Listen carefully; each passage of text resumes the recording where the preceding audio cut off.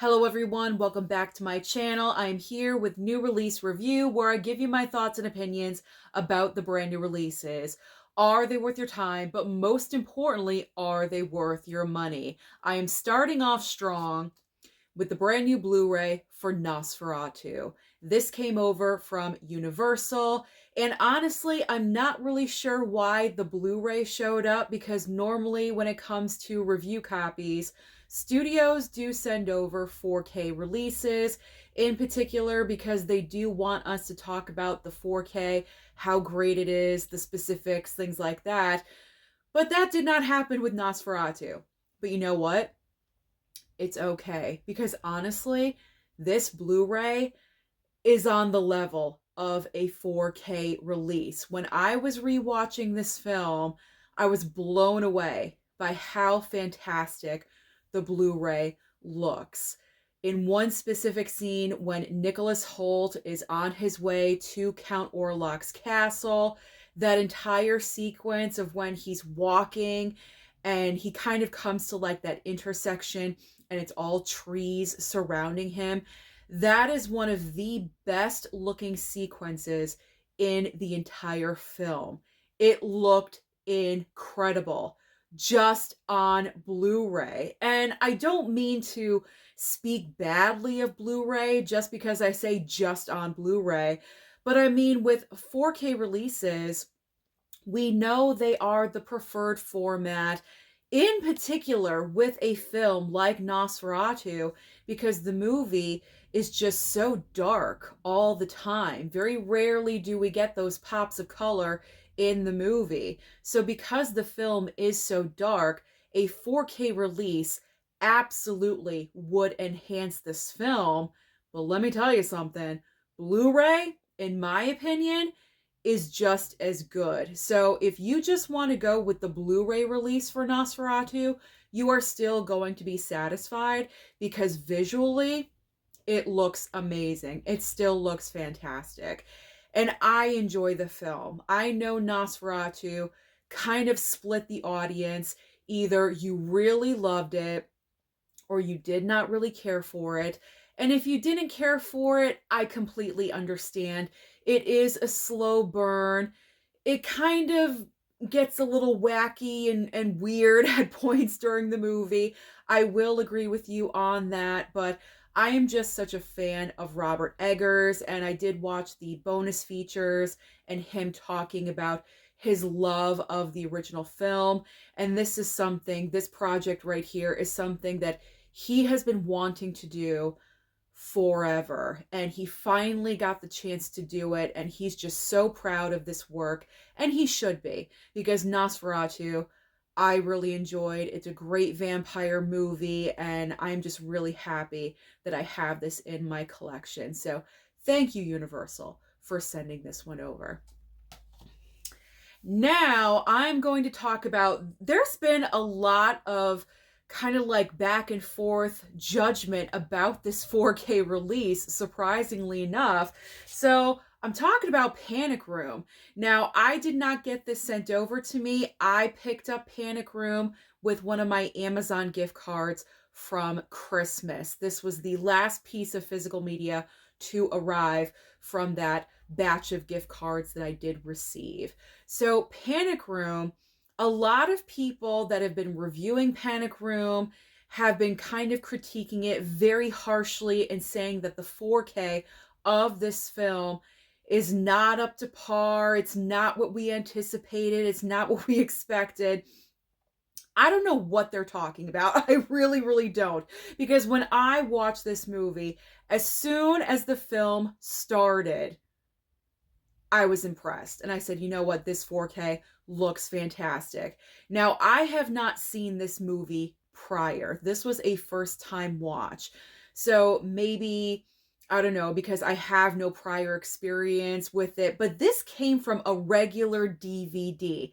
This did not even have a Blu-ray release. This is jumping. This is like, just like a True Lies scenario. It's jumping from a DVD straight to a 4K. So no matter what, it's going to be an improvement.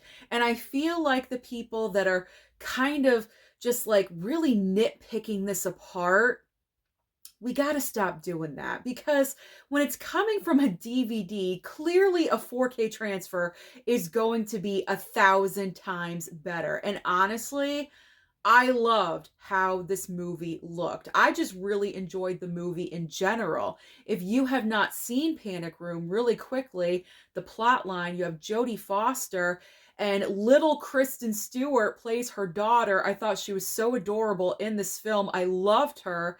And so Jodie Foster is a recent divorcee. And so she's getting a brand new, I think it's a townhouse in New York City. She buys it. It's a huge house. Well, what she does not realize is that there is money in the house. And later on, well, not later on, but soon after they buy the house, their first night in the new home, there are three men that break into the house. So this is a home invasion movie, by the way. You have three men that break into the house wanting this money where they do not know it exists. They have no idea why this is happening. And so it's called Panic Room because in this brand new townhouse, there is a panic room so they can rush to safety. There's a phone in there, there's cameras in there, there's food in there. And so it kind of sucks that on their first night in their new home, they do have to use the panic room. But, so the story goes, it's a movie. What can I say?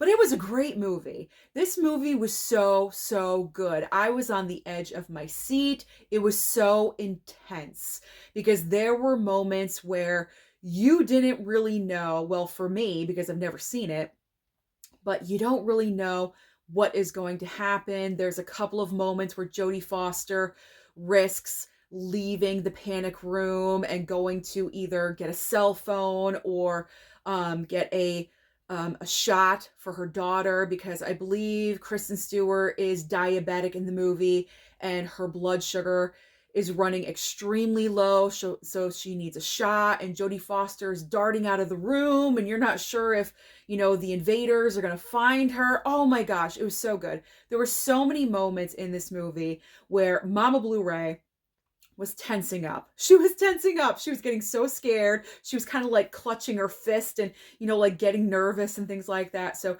this is a really, really great movie. But what is so fantastic about the film are the characters. Great, well-written characters. Because as the home invaders, there's three of them, as I mentioned. You have Forrest Whitaker, Jared Leto, and Dwight Yoakam. And I forgot Dwight Yoakam was even in the movie because for the majority of the film, he's wearing a ski mask, so he's like unrecognizable. And then towards the end of the movie, he reveals himself. And I was like, oh yeah, I forgot about him. But the characters are so well written. And that is the major factor about this movie that I really enjoyed. So this is a big thumbs up from me to you. Pick up Panic Room. The 4K, in my opinion, looks amazing. It looks fantastic. It may have some problems here and there, but that's really nitpicking. Personally, for me, I did not see it, but I am not like this big, huge 4K expert. I do not, as I've mentioned before, I don't pick apart films based on 4K transfer. I simply go by, is it an improvement? Does it look good or not? I'm the simple reviewer here in the physical media community here on YouTube. I am the very, very basic, simple reviewer, kind of like your everyday gal. So Panic Room, get it. Get it, buy it, pick it up. And this is your only option if you want the Blu-ray, because there is no individual Blu-ray release. So if you want the Blu-ray and the 4K, you do have to pick up the 4K Steelbook. Moving on next, we have got the brand new 4K release of Constantine. I keep forgetting to say when these releases are. I'm so sorry. So both Panic Room and Nosferatu are available now. If you do want to pick either one of these up, they are available now. Actually, you know what? To make life easy, these are all available now, I believe. No, the next one is on Tuesday. I apologize. The majority of these are available right now. Okay, like Constantine. Constantine is available now if you are interested. So Warner Brothers put out a 4K upgrade for Constantine for the 20th anniversary of the film. And if you do decide to pick up the 4K, there is no Blu-ray inside of here. It's just the 4K and the digital code. It has a very nice slipcover. It also has a 4K steelbook option if you're interested, but I do believe that may be sold out. So the 4K slip may be your only option right now if you're interested. So Constantine was a first-time watch for me as well, but I love Keanu Reeves. So when this came over, I was super excited. And I had no preconceived notions because I had not really heard about the movie. I know I have the Blu-ray of Constantine in like a triple pack in my collection somewhere. It's with like V for Vendetta and Watchmen or something like that and Constantine. So I know I have the Blu-ray somewhere in that physical media closet. So if I do want to keep it, I do have it. But I still hadn't watched it. So this was a first-time experience, and pretty much what's happening in Constantine is that Keanu Reeves plays, is it John? I think so. John Constantine? I don't know. He plays Constantine, okay? And he is a demon hunter. And what's happening is that Rachel Weisz is also in the film, and unfortunately she loses her twin sister. She unalives herself, but Rachel Weisz does not believe that because her sister was like a devout Catholic and she believes she would not do anything to harm herself. And so she hires Constantine to like let's look into this, you know, so let's investigate this entire situation thing.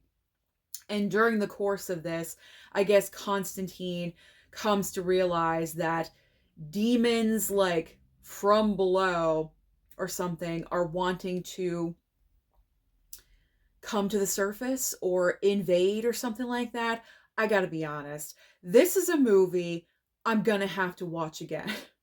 Now, I am not dumb. I'm not dumb. I'm not stupid. But there's some movies out there where when I watch them for the very first time, they're kind of complicated. They're a little, it's embarrassing to talk about, really. They're kind of complicated because there's just so much going on. And it's like if you miss a piece of information, you kind of miss the story just a little, you know, it's one of those scenarios. So I need to watch Constantine again. I do need to give it another chance just to like have it all click, you know what I'm saying? Like in my brain. But what I watched and what I was understanding, I was enjoying. It does kind of, I don't want to say it's boring.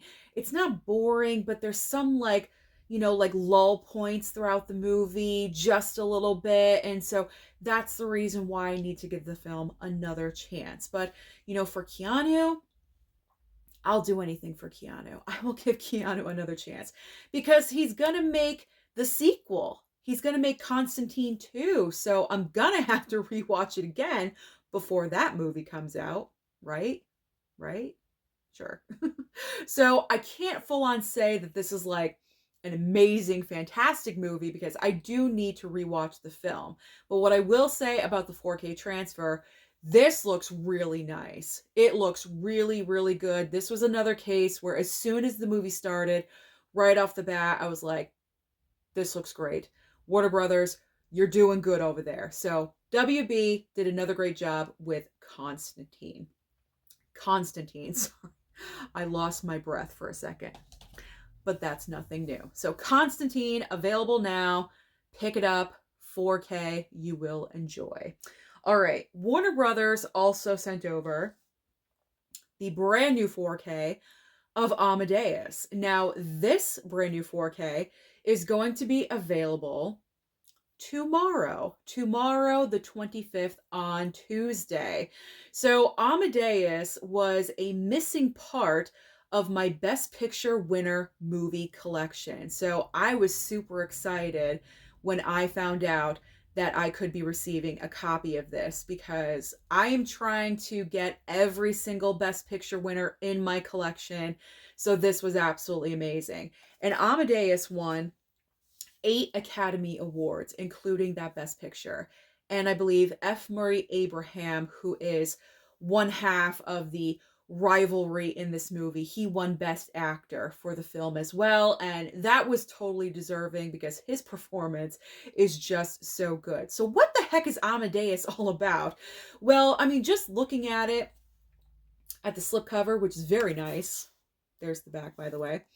But the slipcover, obviously, we are dealing with music and composing. And this is all about a rivalry between two composers. We have Mozart right here on the cover, and F. Murray Abraham's character. I cannot remember his last name. I apologize. Salieri. I had to look at the slipcover for it. Salieri. So F. Murray Abraham as Salieri, he is already the court composer. He's like the composer, and he's like the go-to, and he makes, a decent living with this. And then we have Mozart. Mozart is like the brilliant up-and-comer. He's the newbie, but he's just so fantastic and so brilliant. So this rivalry starts happening between these two characters, where Mozart is just really trying to break in and become just extremely well known, and he just wants to put on the best pieces and operas and be extremely creative. It's kind of like the age-old fight of the old versus the new. And I can't necessarily say that this is a straight up biopic, even though these characters are obviously based on people that did exist. Well, I mean, we know Mozart existed. Did Salieri? I'm not really sure. I don't know. I did not go that deep before filming this video. I probably should have, but I did not. I apologize. But you know what? I wasn't sure what I was in for with this movie, because right off the bat, when you're looking at the slipcover, it just looks like one of those period pieces that, looks kind of serious and, very heavy with the costumes and the makeup, which I have nothing against at all whatsoever. But just looking at the movie and reading the plot, it doesn't necessarily seem like a go-to film for me. But after watching it, I did not realize how humorous this movie is. There really are several moments in the film that are just very, very comical and entertaining. And I enjoyed it. I was actually surprised by how much I enjoyed this movie. I will say I don't think this movie is going to be for everyone, because there's a lot of music in this movie, clearly. So if you're not a fan of musicals, this would not be your cup of tea. But I'm a fan of musicals. I went to college for theater. I was in musicals my entire life. And so I just love a great musical. This isn't like a quote unquote musical, but there's just so much music in the film, obviously.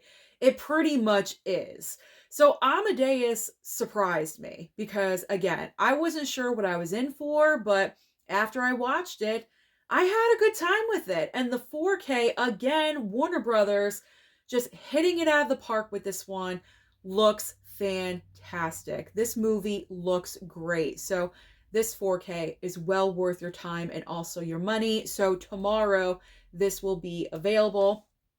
And with this 4K, again, you only get the 4K and the digital code. There's no Blu-ray included with this release. And there's also a couple of special features. There is Amadeus, the making of a masterpiece, celebrating 40 years of Amadeus, and also the making of Amadeus. So you do get a couple of nice special features to go along with this. Okay. This is a pretty good video. Not a pretty good video, but a pretty good stack. Strike that, reverse it. This is a very nice stack of brand new releases. I'm pretty much recommending everything to you. And it's gonna continue. There is no bad, bad movie in the bunch here. Like, I enjoyed all of these. All right, next up. What am I saying? Let's move on. Let's move on to September 5. This came over from Paramount, and this is currently available as well. I don't believe there's a 4K option. There's only the Blu-ray and digital code.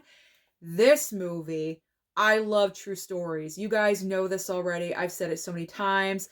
The film is currently nominated for Best Original Screenplay, I believe. I'm not really sure it's going to win. I don't think so, but it is nominated. It did get a nomination.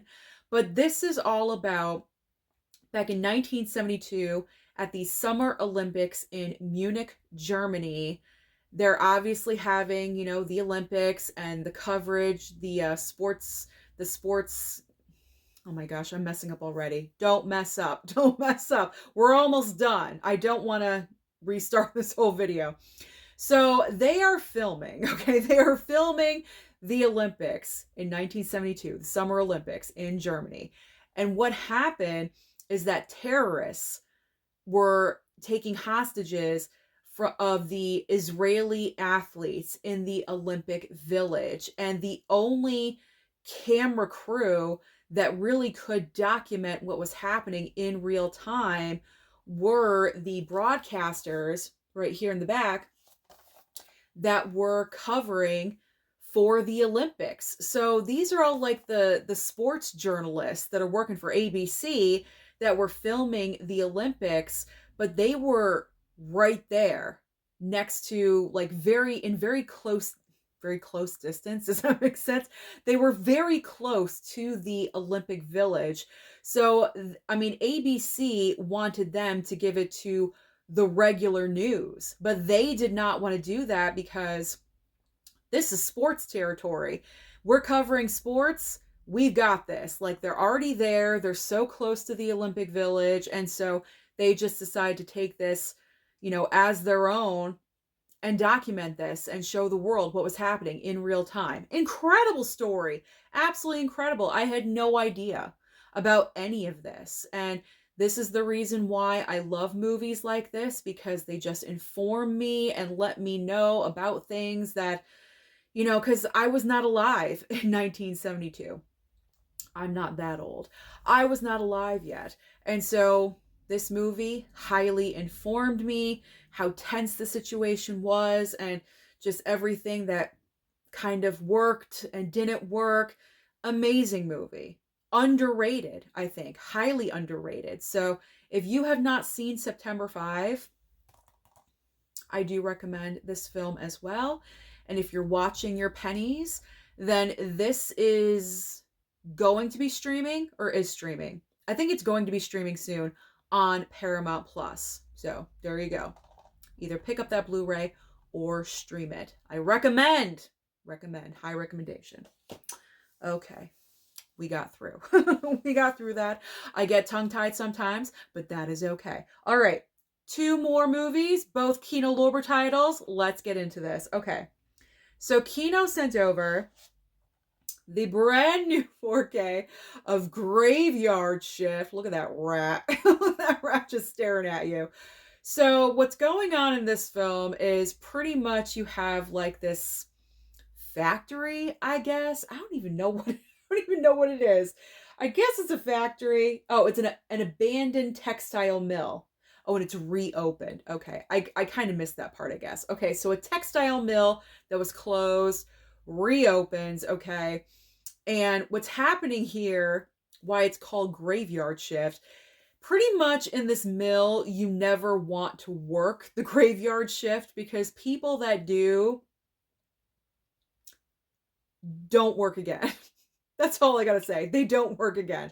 Like the basement, I guess, where everything kind of takes place, all the horrific action that's going on. You have like a rat infestation, and also there's this creature that's down there that's kind of just, ravaging everyone that goes down there. That's what's going on. That is pretty much it. It's a very, very simple, cheesy, campy plot.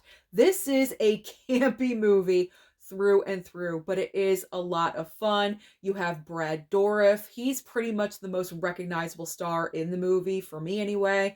Brad Dourif is in the film as this like weird crazy like exterminator character, and you have kind of semi-bad acting in the movie, but that's okay. That's all right, because the film itself, it's just, no pun intended, but it's cheesy. It's very cheesy. It's cheesy, campy, fun. Okay, it's cheesy, campy, fun. The best part about this movie is the 4K transfer, because I did pop in the Blu-ray out of curiosity. Man, what an improvement with this 4K. So if you love Graveyard Shift, and by the way, this is, yeah, this is another Stephen King, I think, short story that they made into a movie. Just to let you know, side note, it is Stephen King. Hello, Susan. It's right in the goddamn slipcover. Okay, never mind. I did not see that. Okay. So, based off a short story, I'm just messing up, but we are powering through. Short story by Stephen King, turned into a movie, just to let you know that. But the 4K of this film looks really, really nice. Massive improvement over that Blu-ray.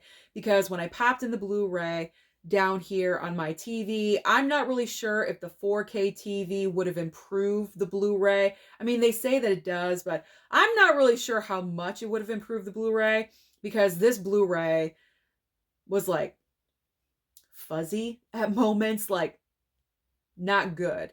This 4K is like clear. It looks really, really nice. So definitely pick this one up. Like I said, if you're a major fan of this movie, if it's like your guilty pleasure or something like that, then you can definitely consider picking this one up. Maybe wait for the Kino Lorber sale, $17.99, whatever you guys want to do. But this one, the 4K, definitely is an improvement. Oh, man, why am I going through such a rough patch? Okay, but we're at the final film, so that is all right. So the final film, again, from Kino, they sent over the brand new Blu-ray of Frances. Now, this is based on a true story as well. This is pretty much a biopic about Jessica Lange, who plays Frances Farmer in this movie. I had no idea about Frances Farmer. I did not know who she was. Man, this movie opened up my eyes to who she was. Frances Farmer was an actress way back in the day, 1930s. Yes, 1930s. 1930s. She was the type of person that didn't really conform. She had her own strong opinions about things. She was very, very outspoken. She was the type that knew what she wanted, and she wanted to go in a certain direction. Like, don't try to mess with her type of personality, okay? But back then, that was not really welcomed in Hollywood. Pretty much when you were a pretty face in Hollywood back in the 30s, if someone, say the head of the studio told you to do something, you do it with a smile on your face and you don't argue. Where Frances here, she would voice her opinion and speak her mind, and people did not like that. And so, yes, she did put out some movies, I guess semi-successful, but she was never like a superstar back during that time period.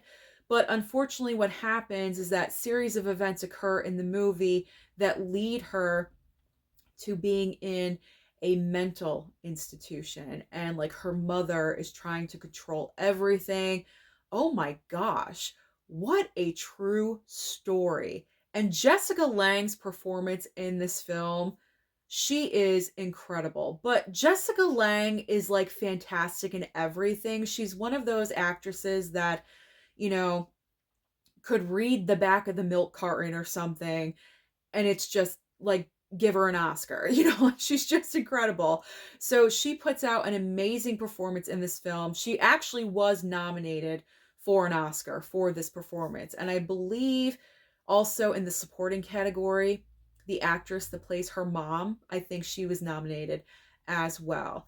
Incredible film, incredible, unbelievable true story. So if you love biopics or true stories like I do, you may want to consider picking up Frances. Powerful, incredible movie led by an amazing performance by Jessica Lange.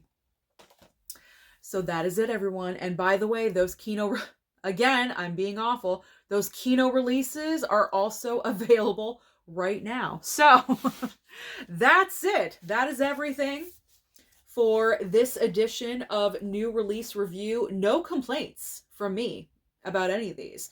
My only slight complaint is I have to rewatch Constantine, but that's pretty much it. I almost knocked everything over.